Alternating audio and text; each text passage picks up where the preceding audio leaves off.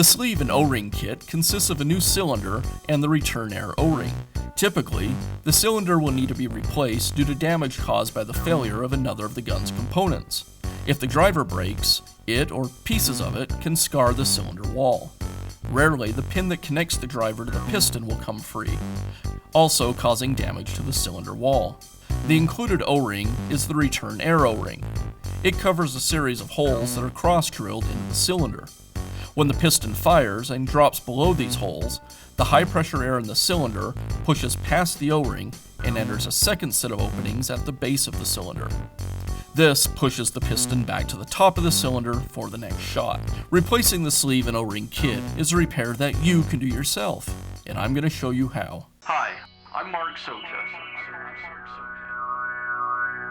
Do-it-yourself repairs like these are easier than you might think.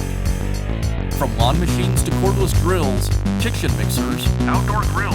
our how-to videos walk you through each repair from start to finish. So doing it yourself means never having to do it alone. Let's get started. I'll begin by removing the top cap.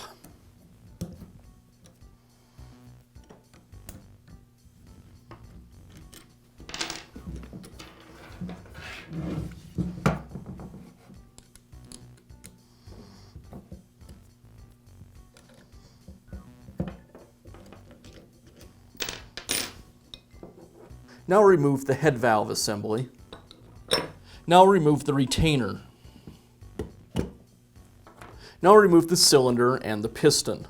I'll just pull this out as one unit. Here I have my new sleeve and O-ring assembly. It comes with the return air O-ring already installed.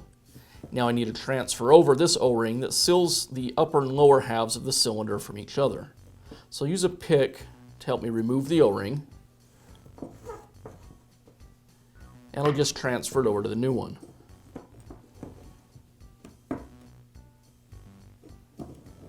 Before I install the piston driver assembly back into the cylinder, I want to lubricate it. So I'm going to use a little bit of air tool oil. And I'll just spread that around so I have a nice coating of oil in the cylinder.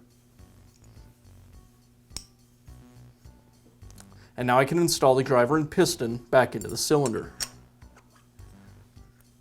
And I'll place the piston so it's roughly in the center of the cylinder, so I have plenty of the driver sticking out. This will make it easier when we install this assembly back into the gun to line up the driver with the opening in the nose piece. The bumper came out of the cylinder during disassembly, so I'll go ahead and slide the bumper back into the bottom of the cylinder. And now this assembly is ready to go back into the gun. I need to line up the driver with the opening in the nose piece. I'll press the cylinder into place until it seats.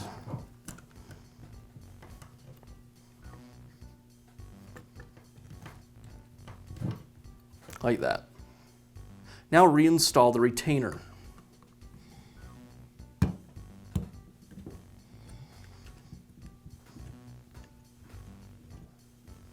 Now I'll reinstall the head valve assembly.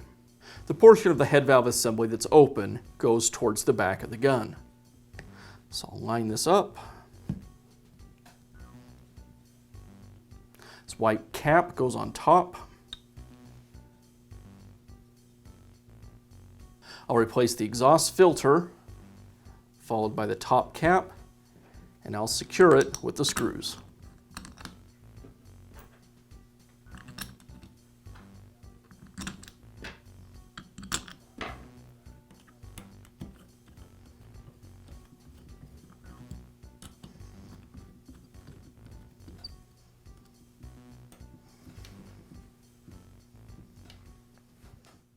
Be sure to check back often for new videos and expert advice. If you found this video helpful, give us a thumbs up And leave a comment.